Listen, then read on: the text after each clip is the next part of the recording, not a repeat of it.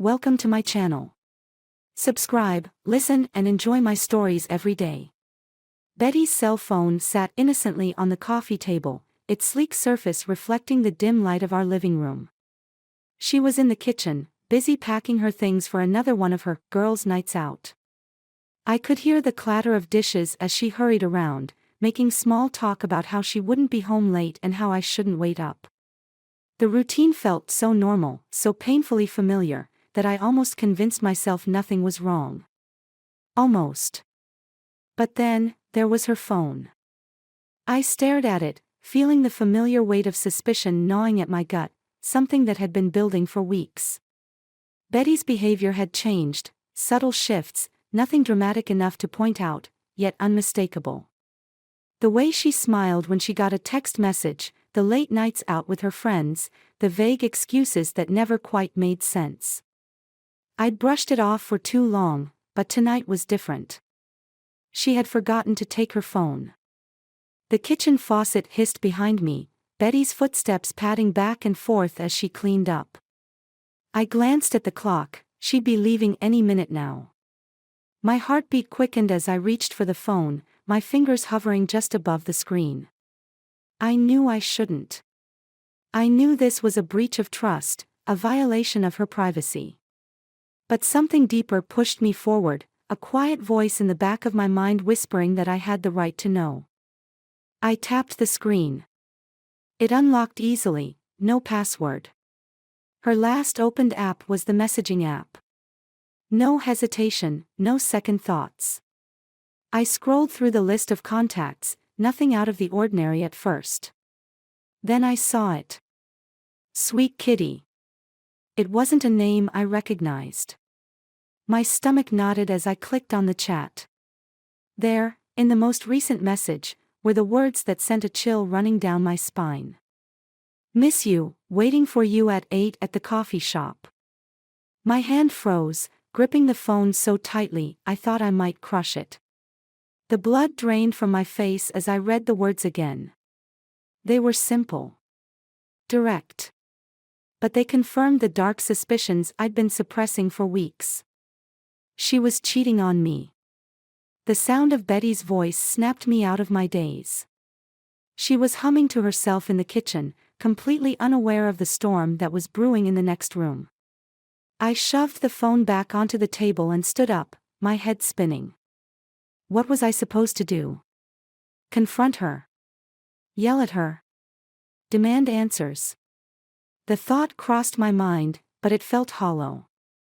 I didn't want a scene, didn't want to let her weasel her way out of this with some well-crafted lie or flimsy excuse. No. I needed to play this smart. I took a deep breath, forcing the anger bubbling inside me to settle. If Betty thought I didn't know, I could use that. I could let her think everything was normal while I planned my next move. She wasn't going to walk away from this unscathed. I'd make sure of that. I stepped into the kitchen, masking the cold fury twisting inside me with a casual smile. Hey, you heading out soon? I asked, leaning against the doorframe. Betty turned, her eyes bright and carefree. Yeah, just finishing up. I'll probably be home late, so don't wait up, okay? She smiled at me, the same smile that used to light up my world but now felt like poison. Sure, I replied, keeping my voice even. Have fun.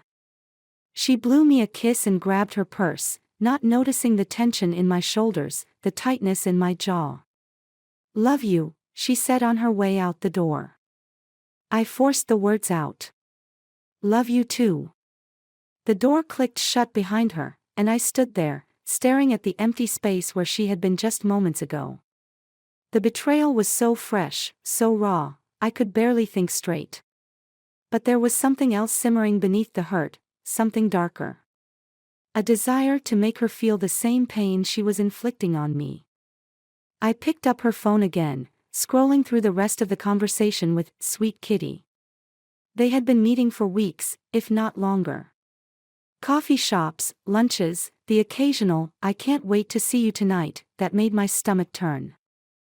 I felt the weight of each message pressing down on me, the sickening reality that my wife had been living a double life right under my nose. But this wasn't going to end with me being the victim. I wouldn't let her walk away from this without consequences. I was going to make sure Betty paid for every single lie, every moment of deceit.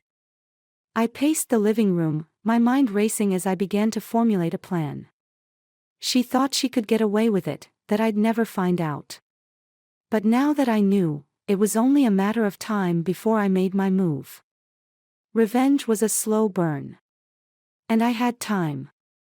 When Betty came home that night, everything seemed normal. She was in high spirits, laughing about something her friends had said, oblivious to the fact that I had already begun setting the wheels in motion. I kept my cool, acting the part of the loving, trusting husband.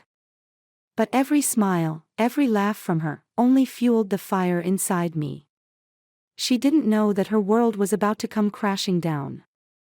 And I was going to enjoy every second of watching her fall. The next morning, Betty moves around the kitchen, humming softly to herself. She's cheerful, almost radiant, like a woman who has no idea her world is about to implode. I sit across from her at the table, sipping my coffee, watching her every move, and pretending nothing has changed. She has no idea I saw the message. No idea her lies have already unraveled. I make small talk, asking her about her plans for the day, all while I am seething inside, the rage bubbling just beneath the surface. Betty flashes me that easy smile again, the one that used to make my heart skip a beat. "I'm meeting the girls later," she says casually, setting a plate of toast in front of me. "We'll probably do some shopping after lunch." She doesn't realize she's giving me a perfect alibi to check on her. I nod, taking a bite of the toast, playing the part of the unsuspecting husband. "Sounds fun," I reply, as if I haven't already found the messages from Sweet Kitty. The plan is beginning to take shape in my mind, solidifying as she speaks. "I'll probably be gone for a few hours," she continues, oblivious. "Anything special you want for dinner?" "Maybe something light," I say, watching her closely. "I might work late tonight." She smiles again, leaning over to kiss my cheek before gathering her purse. "I'll text you if I'm running late." I nod, trying not to flinch at the casual way she lies to me, and watch her leave. As soon as the door shuts, I put down my cup, my mind working fast. I grab my phone and start making calls, reaching out to a few people I know who are good at getting information, private, discreet, and fast. There are certain things I need to confirm before I make my move. I need evidence. Solid evidence. And I'm going to get it. One call leads to another, and by the time I'm finished, I know more about Betty's so-called girls' nights than she'd ever guess. They're nothing but cover stories, and her real rendezvous happens at a coffee shop across town. Today, she's meeting him at 1 p.m., right after her usual stop at the boutique where she pretends to shop for hours. I glance at the clock, there's time. I grab my jacket, take her car keys from the hook, and head out. The plan is simple: follow her, catch her in the act, and gather the evidence I need. Then, and only then, will I confront her. But not immediately. No, that would be too easy, too quick. This has to hurt. I arrive at the boutique and park across the street, watching as Betty steps out of her car. She walks into the store, her body language relaxed, confident. She thinks she's untouchable, that her secrets are safe. I sit in the car, drumming my fingers on the steering wheel, waiting for her to make her next move. After about 45 minutes, she reappears, but not with bags. No, her hands are empty. She's not shopping, just killing time before her real meeting. She gets back into the car, and I follow her at a safe distance. My pulse races as we approach the coffee shop, the same place where her lover, Sweet Kitty, is waiting for her. I park a few spots away, watching as she steps inside. I need a closer look. Grabbing my phone, I get out of the car, my heart pounding as I make my way toward the cafe. I stop just outside the window, careful to stay out of sight. Inside, I see her, Betty, sitting at a table near the back, and across from her is a man.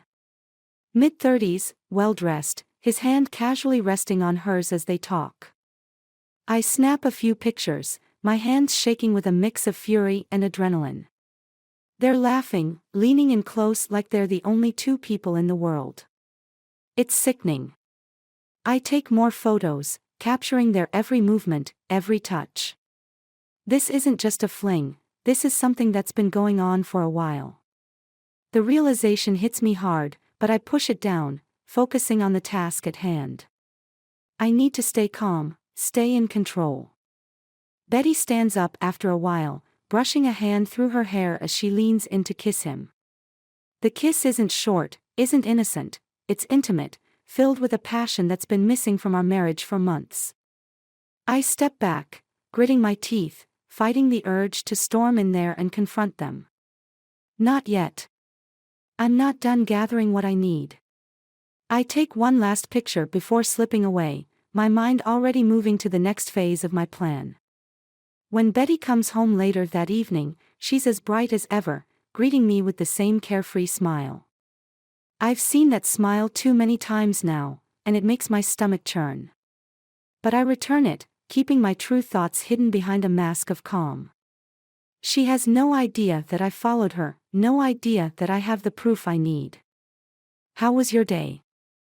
I ask, setting down my laptop as she breezes into the room. Oh, same as usual, she replies, slipping off her shoes. Girls' day was fun. We found this amazing cafe for lunch. Sounds nice, I say, fighting to keep the edge out of my voice. It was.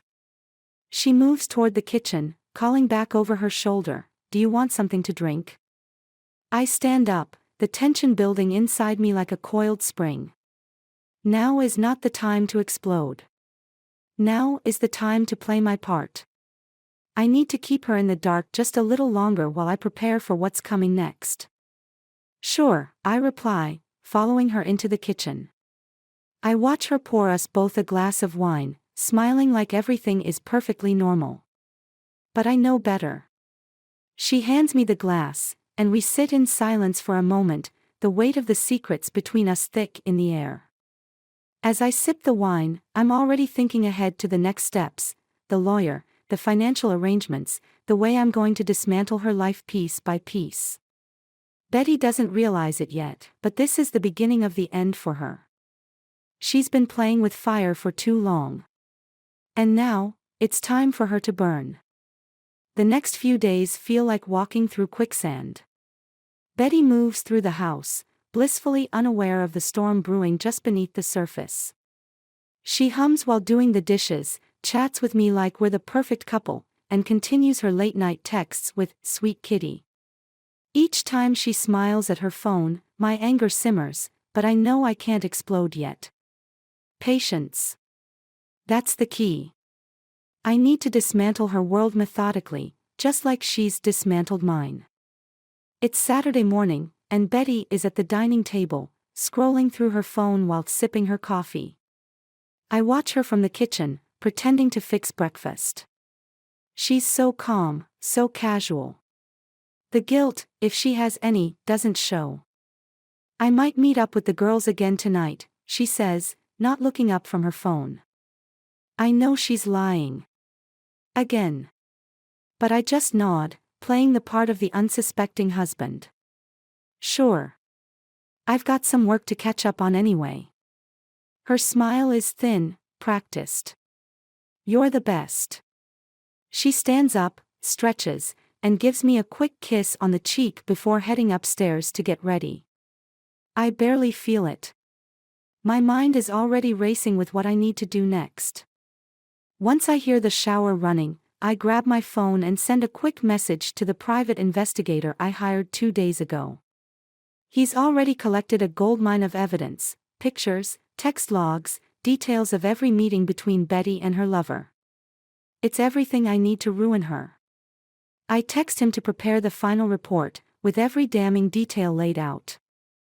I pocket my phone and stare at the empty living room. The air feels heavier, the walls closing in on me. The betrayal, the lies, it's all suffocating. But I can't let the anger cloud my judgment. Not now. I take a deep breath, centering myself. Tonight is the night everything changes. Tonight, I take control. Betty comes downstairs a few minutes later, dressed in jeans and a casual blouse. She looks effortlessly beautiful, as always, but I don't see her the same way anymore. Every detail about her seems false, as if her entire existence has been a well-crafted illusion. "I'm heading out," she says, grabbing her purse. "I'll be back late, so don't wait up." "I won't," I reply, my voice steady. She waves and walks out the door, her heels clicking against the floor like a countdown to the end of our marriage. As soon as the door closes behind her, I spring into action. I grab my laptop and pull up the investigator's report, scanning through the damning evidence once more. There are photos of her and him in various locations, the coffee shop, a hotel, even at a park. The texts are just as incriminating, filled with promises of stolen moments, secret rendezvous, and cheap lies about how her life at home was empty. The rage bubbles up again, but I push it down. Tonight, I'm in control. I make my way to the bedroom and start packing. Not my things, hers.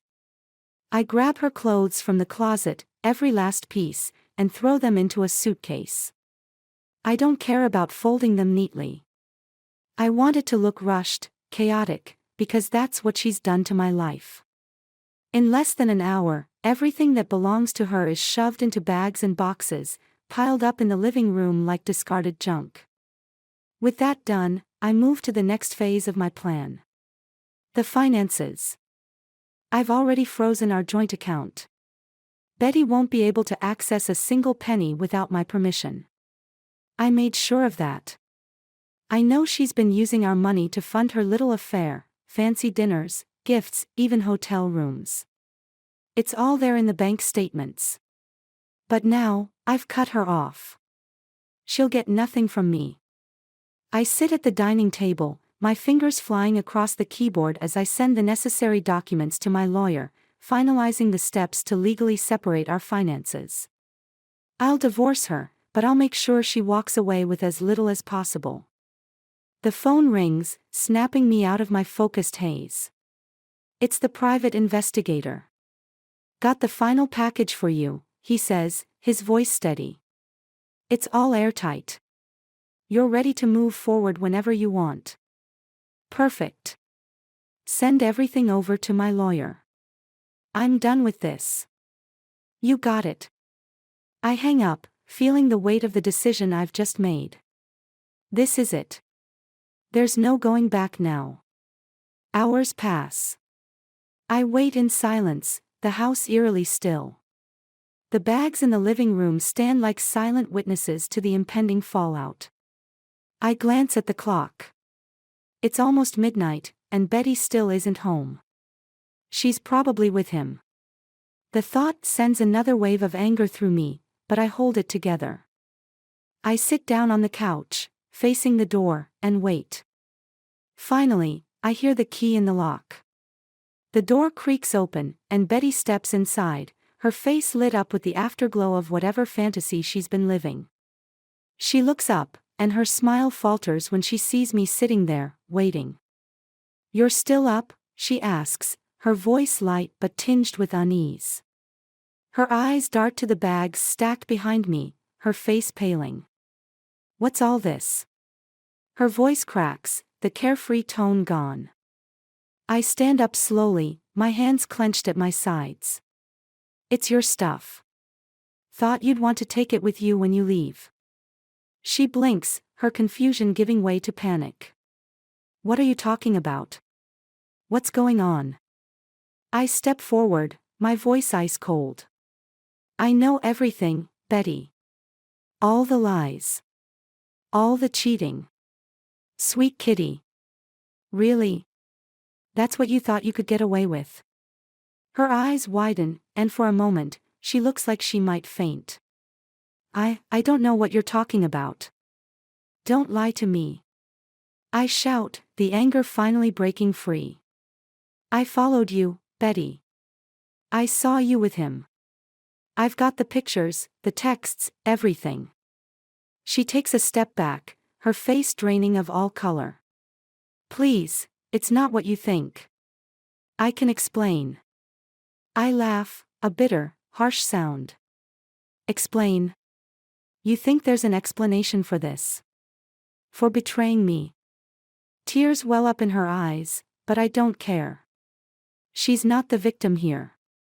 It was a mistake. I didn't mean for it to happen. Don't, I snap, cutting her off. Don't even try to twist this into something it's not. You destroyed us, Betty.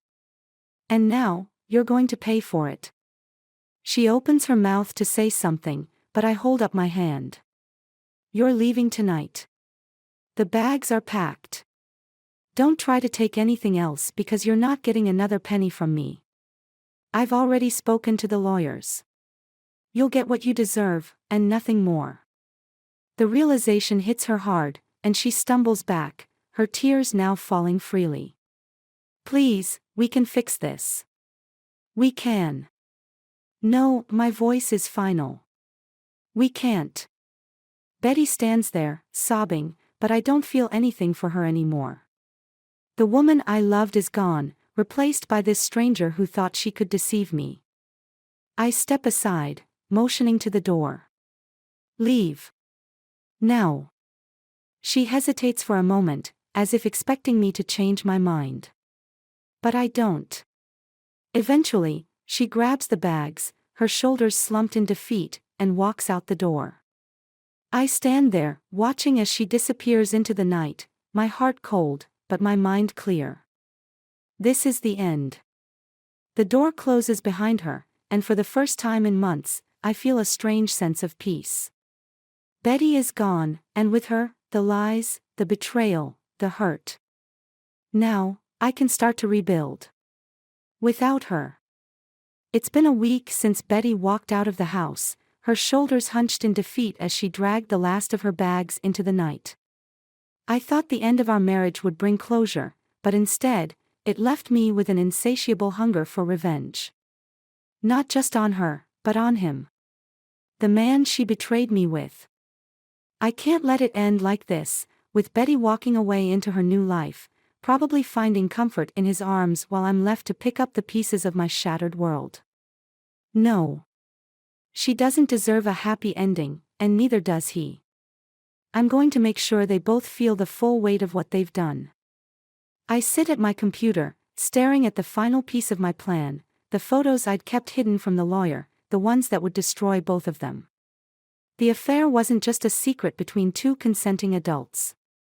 It was more insidious. Betty's lover, Simon, is married, too, and his wife has no idea.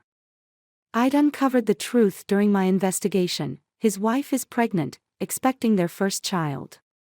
And now, I have the power to shatter their perfect little world, just as mine was shattered. I take a deep breath and send the file. The email is brief but precise, addressed to Simon's wife, Amanda. I attach all the evidence, the photos, the text messages, the times and locations. Within minutes, I know her life will come crashing down, just like mine did. I sit back, exhaling slowly, the weight of the decision sinking in. It's not enough. There's still something missing.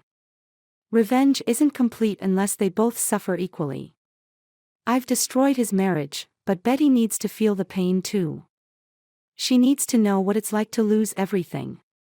Later that night, I'm waiting outside the coffee shop where they usually meet. The same place I saw them together, laughing, kissing, lost in their little fantasy world. It's dark now, the streetlights casting long shadows across the sidewalk.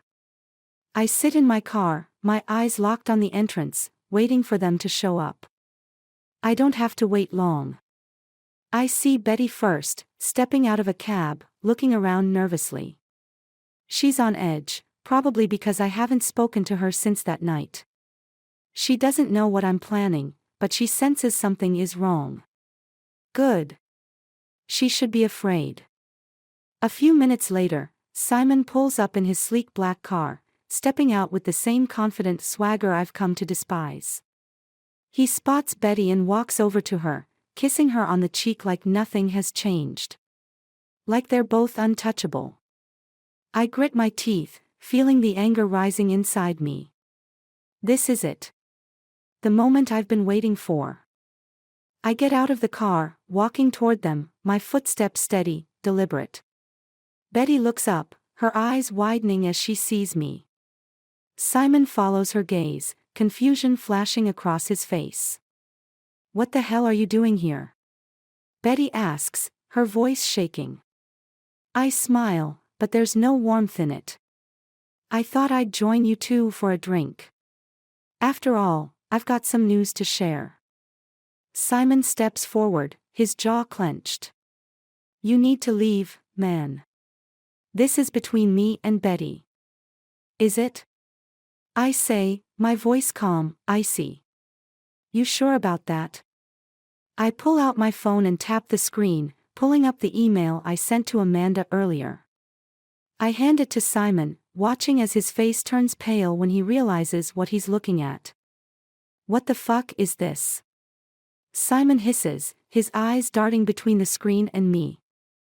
It's everything your wife needs to know, I say, my tone almost casual. About you.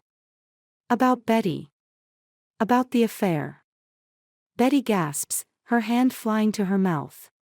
What have you done? She whispers, her voice barely audible. I've done what I should have done a long time ago, I reply coldly. I've made sure Amanda knows exactly who her husband is. You think you can just walk away from this without consequences? Think again. Simon's face twists with rage, and he steps toward me, his fists clenched. You son of a... Before he can finish, I step back, pulling something from my jacket, a small vial of clear liquid.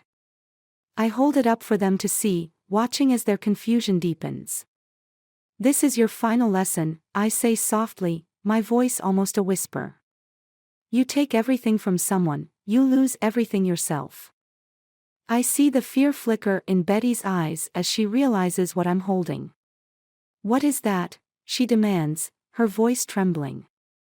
Poison, I reply, my tone as cold as the night air. Not for you. For him. Simon's eyes widen, and he takes a step back. You're insane. Maybe, I say, unscrewing the cap of the vial. But you won't live long enough to find out. Before he can react, I lunge forward, tossing the liquid onto his shirt. He stumbles back, trying to wipe it off, but it's too late. The toxin works fast, spreading through his bloodstream. His breathing quickens, his eyes wild with panic as he collapses to the ground, gasping for air. Betty screams, rushing to his side, but it's no use. He's already convulsing, his body writhing in agony as the poison does its work. I watch in silence, my heart pounding as I witness the destruction I've unleashed. She looks up at me, tears streaming down her face. Why? Why did you do this? Because you destroyed me, I say simply. And now, I've destroyed you. She kneels beside Simon's body, sobbing uncontrollably, but I feel nothing. No remorse, no guilt.